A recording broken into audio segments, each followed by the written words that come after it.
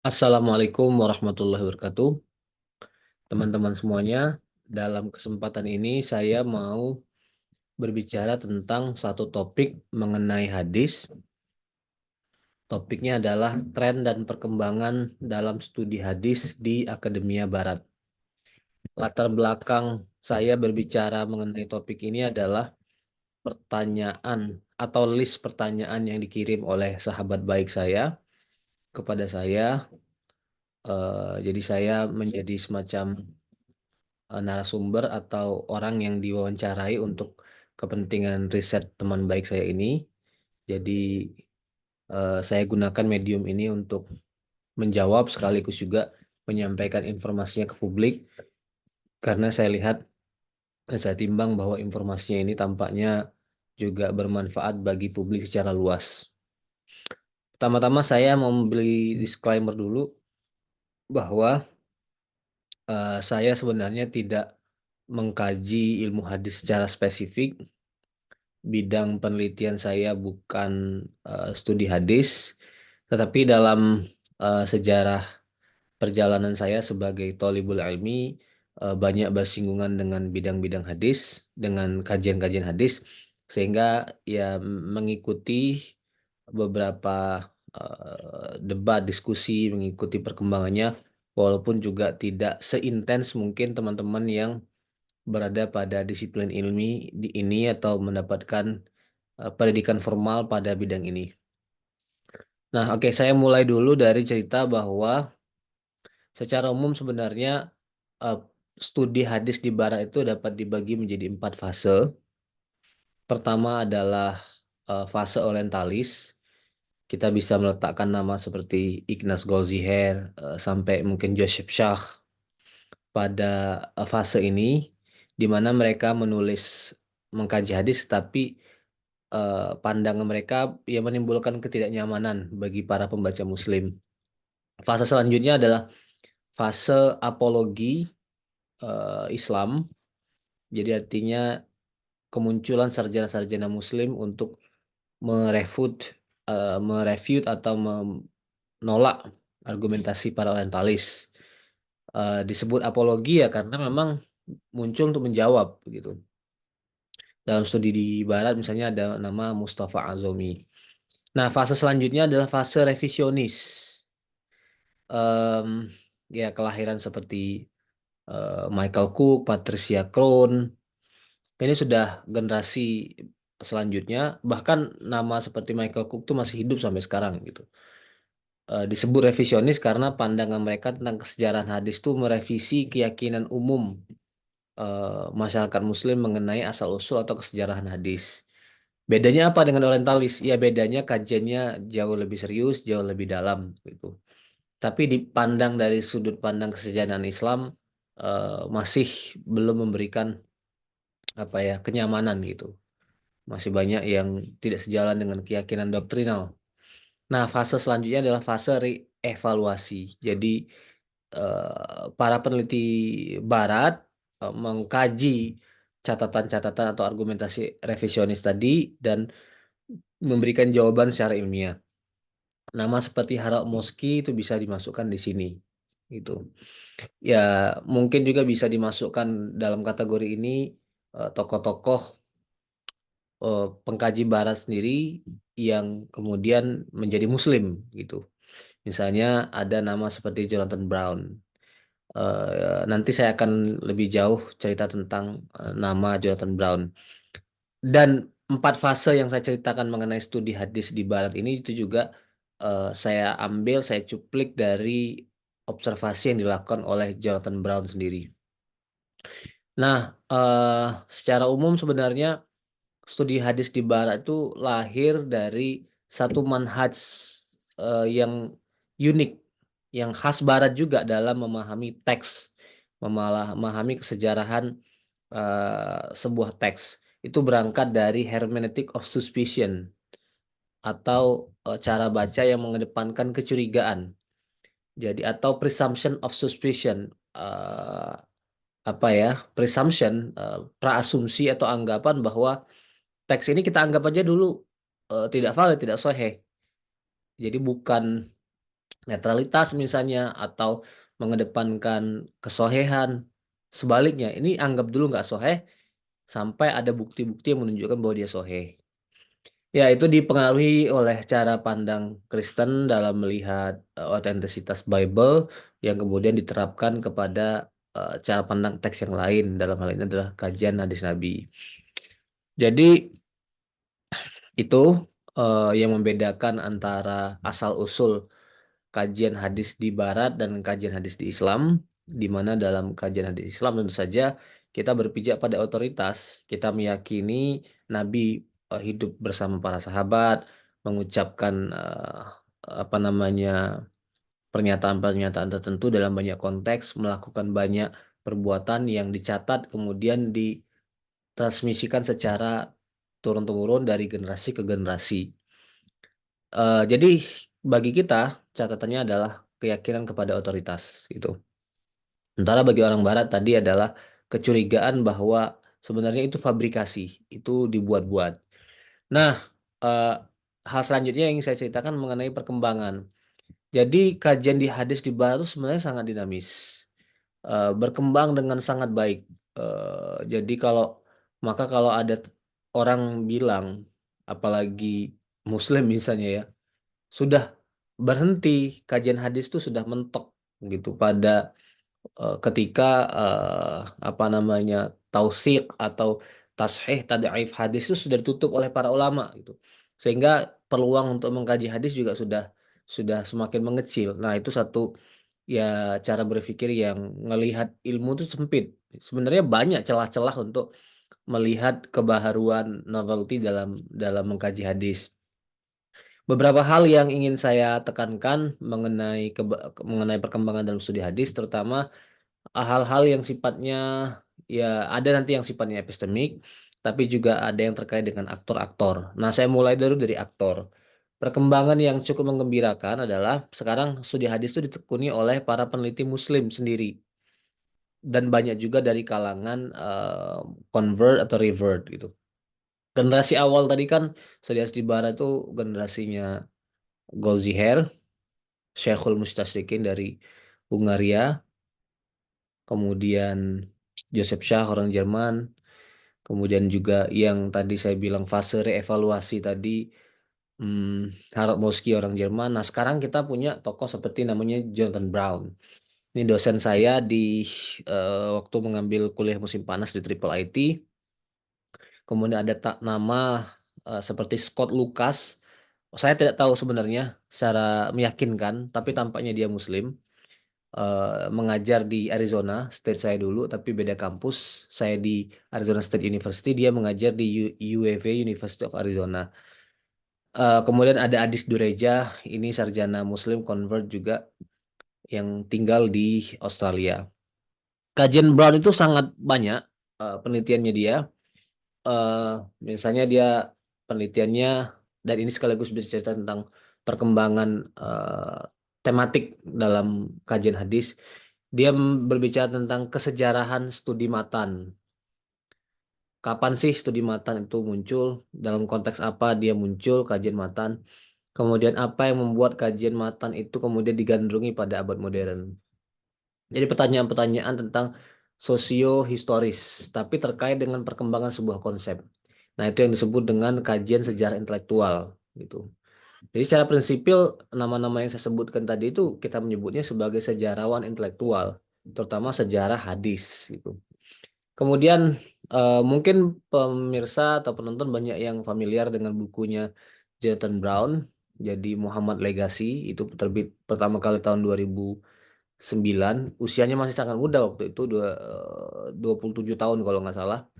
Dan buku itu sekarang menjadi buku paling representatif untuk pengantar ilmu hadis. Cukup mudah dipahami, tapi juga mengandung kedalaman juga gitu.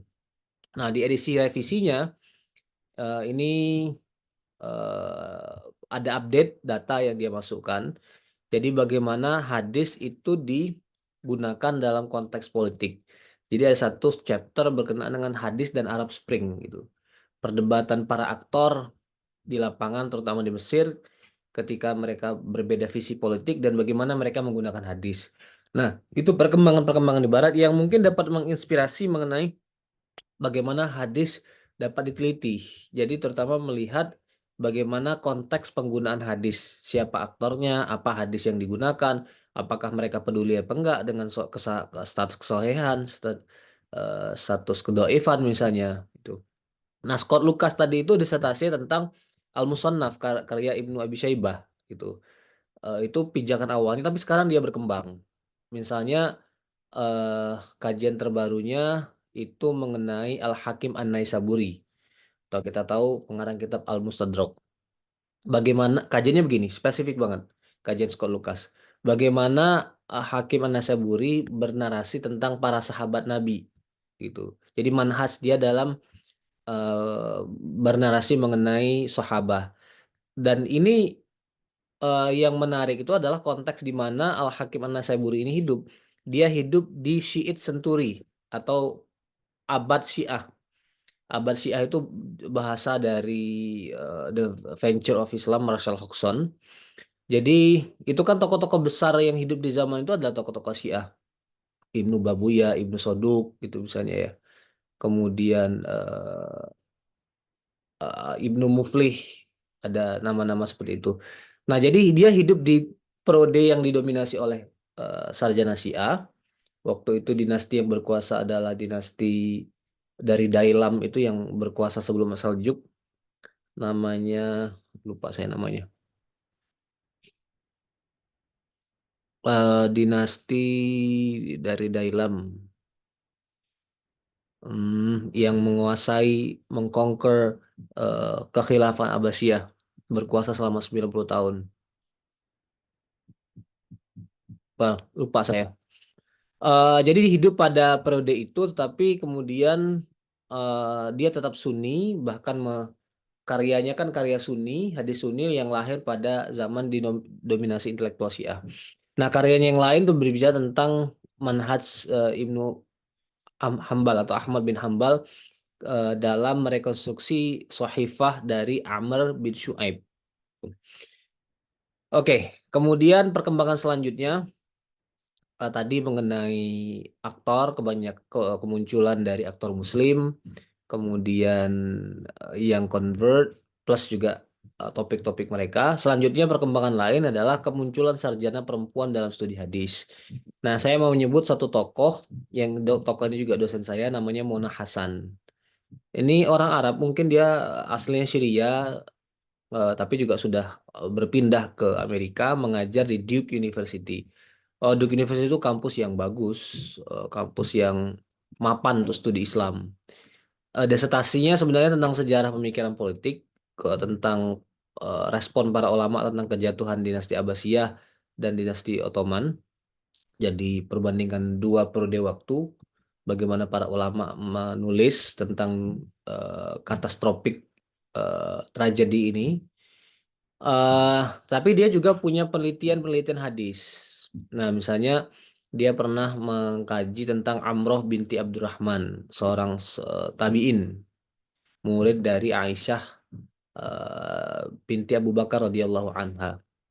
Jadi dalam kajian ini em, Mona Hasan itu melihat jejaring keilmuan, scholarly network gitu, dan kontribusi dari Amroh bin Sulaiman ini. Ada beberapa hal yang menarik untuk jadi perhatian.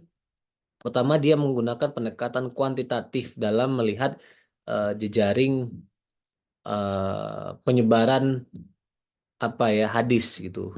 Nah, misalnya dia menemukan bahwa 25% orang-orang yang menerima hadis dari Amroh atau muridnya dari Amroh itu adalah berasal dari keluarga dekatnya.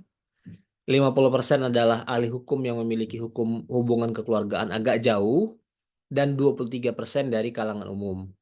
Jadi itu cara lain gitu memproblematisasi studi hadis. Melihat jejaring kekeluargaan dalam periwayatan hadis. Nah, kata si Mona Hasan ini menunjukkan faktor hubungan darah dan kekeluargaan sangat menentukan transmisi pengetahuan pada periode awal Islam. Mona juga mengemukakan data bahwa murid-murid yang belajar pada tabi'in bernama Amroh ini di kemudian hari menjadi tokoh berpengaruh dalam sejarah Islam. Ada yang menjadi hakim, gubernur, dan kompilator hadis pada zaman Umar bin Abdul Aziz. Dengan pendekatan kuantitatif, Mona juga menemukan bahwa 55% hadis yang diriwayatkan oleh Amroh adalah terkait dengan isu-isu kewanitaan, fikih nisa gitu. Sisanya adalah isu-isu umum. Nah, data ini menunjukkan bahwa perempuan prodi awal juga memiliki concern atau perhatian terhadap isu-isu publik yang non-domestik gitu. Oke, itu perkembangan mengenai aktor pengkaji perempuan. Perkembangan lain ini perkembangan yang sifatnya epistemik saya kira atau metodologis. Jadi kajian hadis itu juga belakangan, terutama setelah periode 2010, itu dikaji dengan pendekatan interdisipliner, dicampur dengan kajian usul fikih gitu. Nah, saya ingin menyebut tokoh dari sekarang mengajar di University of Chicago, tapi dia disertasinya ditulis di University of Harvard, namanya Ahmad Asyamsi. Saya membaca artikel-artikelnya, buku-bukunya, dan waktu anak saya kedua lahir, saya sempat mikir-mikir siapa namanya gitu. Saya senang dengan namanya, dengan kitab Ihya Ulumuddin, jadi saya ambil Ihya-nya. Tapi nama belakangnya saya nggak mau pakai Ulumuddin. Nah, karena saya suka baca buku Asyamsi, saya ambil Asyamsi. Jadi anak saya namanya Muhammad Yahya Asyamsi. Jadi ini sebenarnya kajian hadis gitu. Dan dia dalam buku ini ya engage dengan Joseph Shah, Joseph Lowry gitu yang mengkaji tentang hadis dan terutama mengkaji tentang kontribusi usul fikihnya Imam Asy-Syafi'i. Terutama yang dikaji oleh Asyamsi itu adalah mengenai kanonisasi, pembatasan sumber Islam itu atau sumber hukum Islam pada Al-Quran dan Sunnah. Jadi apa pemikiran Asy-Syafi'i mengenai kanon Islam, Quran dan Sunnah? eh, Bagaimana Imam Syafi'i memahami As-Sunnah, ini tema utamanya, dan bagaimana Syafi'i merespon pemahaman Sunnah para ulama zaman itu, terutama Imam Syafi'i berdebat dengan Muhammad bin Hasan Asy-Syaibani. Kemudian bagaimana peran konteks intelektual, sosial, politik melatar belakangi kemunculan dan termasuk juga yang membuat pemikiran Imam Syafi'i itu menjadi sukses, diterima oleh publik, diterima oleh sejarah gitu. Dan terutama kajiannya mengenai satu periode, dua periode, generasi setelah Imam Syafi'i. Nah, ini penting bahwa pengkajian hadis itu sebenarnya tidak hanya melihat masalah sanad, matan, tetapi bagaimana pemikiran para ulama dalam melihat hadis itu juga bisa gitu. Ini yang bisa kita ambil pelajaran dari Ahmad Asyamsi. Kemudian bagi apa saja termasuk juga mengenai teori pengaruh ya, at-ta'sir wa ta'assur gitu. Syafi'i dipengaruhi oleh siapa dan mempengaruhi siapa? Bagaimana pemikiran Syafi'i mengenai hadis itu mempengaruhi kesarjanaan Islam pada bidang fikih, terutama fikih empat mazhab, kemudian pada bidang kalam. Jadi dia juga sebenarnya Imam Syafi'i mempengaruhi pandangan Mu'tazilah juga mengenai hadis, dan bagaimana pandangan Imam Syafi'i mengenai hadis mempengaruhi kajian tafsir. Gitu. Itu kajian dari Ahmad Asyamsi. Nah, dalam kajian hadis kita pernah membaca satu tesis atau argumen yang dilempar oleh para orientalis, semisal Ignaz Goldziher, Joseph Shah, Patricia Krohn, misalnya pandangan bahwa hadis itu dipalsukan atau difalsifikasi pada abad ketiga. Tadi saya sudah menyebutkan nama-nama ulama yang membantahnya, terutama ada tokoh bernama Mustafa Azumi. Nah, di mana kontribusi Ahmad Asyamsi. Jadi dalam satu chapternya dia mengkaji isu ini dan jawaban dari Asyamsi adalah hadis baru menggelembung pada abad ketiga. Jadi pada abad ketiga itu kan para naratornya atau ruwatul hadisnya menjadi banyak gitu. Menurut tokoh-tokoh orientalis sebelumnya tadi itu bukti bahwa hadis itu difalsifikasikan di zaman itu gitu. Tetapi menurut Imam Syafi'i kenapa zaman itu terjadi penggelembungan sebenarnya karena ada intervensi dari Imam Syafi'i gitu. Karena setelah mengalami kanonisasi, difinalisasi penerimaan hadis oleh Imam Syafi'i barulah menjadi firm gitu. Orang menjadi mantap untuk menerima hadis. Sebelumnya kan masih ada perdebatan orang seperti Muhammad bin Hasan Asy-Syaibani itu menyedikitkan penggunaan hadis. Murid dari Abu Hanifah itu Muhammad bin Hasan. Kemudian orang seperti Imam Malik itu menerima hanya amal ahlul Madinah. Nah, Imam Syafi'i menerima hadis asal dengan syarat bersanad dan syaratnya sahih gitu. Jadi hadis baru menggelembung pasca Syafi'i menurut Imam Syafi'i pada abad ke selanjutnya itu karena setelah mendapatkan intervensi dari Syafi'i. Pra Syafi'i masih ada perdebatan tentang status hadis dan amal Ahlul Madinah yang belum konklusif gitu. Oke, perkembangan selanjutnya ada tren mengkaji manhaj penggunaan hadis di kalangan ulama pramodern. Misalnya eh, Jonathan Brown dalam artikelnya di tahun 2011 itu meneliti tradisi penggunaan hadis doif dalam sejarah intelektual Islam. Kenapa mereka menggunakannya, dalam konteks apa batasannya, gitu. Eh, apa konteksnya gitu. Jadi dia menjelaskan itu, yaitu juga satu bentuk tren yang berkembang, termasuk juga eh, penelitian mengenai prinsip-prinsip kritik hadis dalam eh, apa ya skala perbandingan menurut Imam Syafi'i dan Imam Muslim. Jadi ada satu artikel ditulis belum lama tahun 2017 oleh peneliti namanya Bilal Abul Abbas meneliti tentang manhaj naqd hadis, metode kritik hadis menurut Imam Syafi'i dan Imam Muslim. Jadi kajian-kajian klasik bahkan periode yang sangat awal pun itu juga masih menjadi perhatian kesarjanaan hadis di dunia barat. Kemudian termasuk juga ada kemunculan tulisan-tulisan yang mengkaji tentang hadis in particular, satu hadis secara spesifik. Misalnya tahun 2018 ada artikel diterbitkan di Islamic Law and Society ditulis oleh Yushak Patel. Itu dia melihat bagaimana para ulama dari lintas generasi memaknai hadis man tasyabbaha biqaumin fahuwa minhum. Nah, itu juga bisa memberi inspirasi kita dalam melakukan penelitian hadis. Kita fokus pada satu kajian, satu hadis yang kita anggap penting atau yang punya konteks modern. Tapi kita lihat ke belakangnya itu dari generasi ke generasi diterjemahkan seperti apa. Pada abad generasi eponim pendiri mazhab seperti apa, pada abad ketiga, keempat, seterusnya seperti apa, setelah kejatuhan bangsa Mongol seperti apa, setelah kemunculan bangsa abad modern seperti apa. Gitu. Itu yang disebut dengan penelitian dengan basis diakronik atau pendekatan diakronik.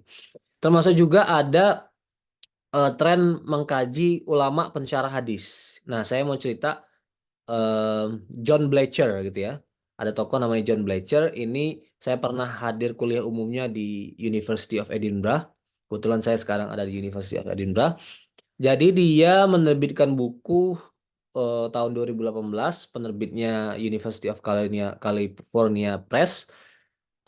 Dia meneliti tentang proses penyusunan syarah hadis, terutama Fathul Bari karya Ibnu Hajar Al-Asqalani.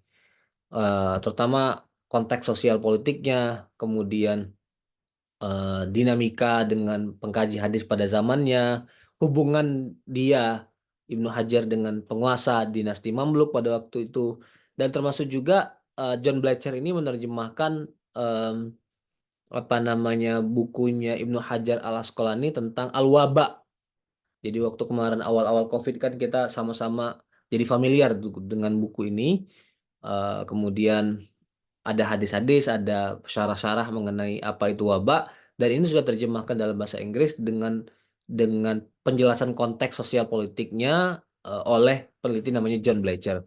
Nah, Ibnu Hajar Asqalani tadi juga diteliti oleh Mona Hasan, peneliti perempuan yang saya sebut di awal tadi. Jadi kajian Mona Hasan selain tentang Amroh binti Abdurrahman, juga ada kajian mengenai Ibnu Hajar Asqalani. Kemudian ada pula kesarjanaan hadis yang melihat bagaimana hadis atau pemikiran hadis pada, saya menyebutnya saya menggunakan istilah the eve of modernity. Eve, eve itu kan nantinya kira-kira detik-detik sebelum kedatangan zaman modern gitu. If modern of modern itu gitu. Jadi katakanlah kalau abad modern itu abad 18, nah bagaimana abad ke-17 para ulama memahami hadis. Jadi ada tokoh dari sebenarnya dia kayaknya orang Libanon ya. Yang jelas dia rektor dari American University Lebanon, tapi dia pendidikannya kemudian karirnya juga sempat di Amerika Serikat, namanya Ahmad Dalal.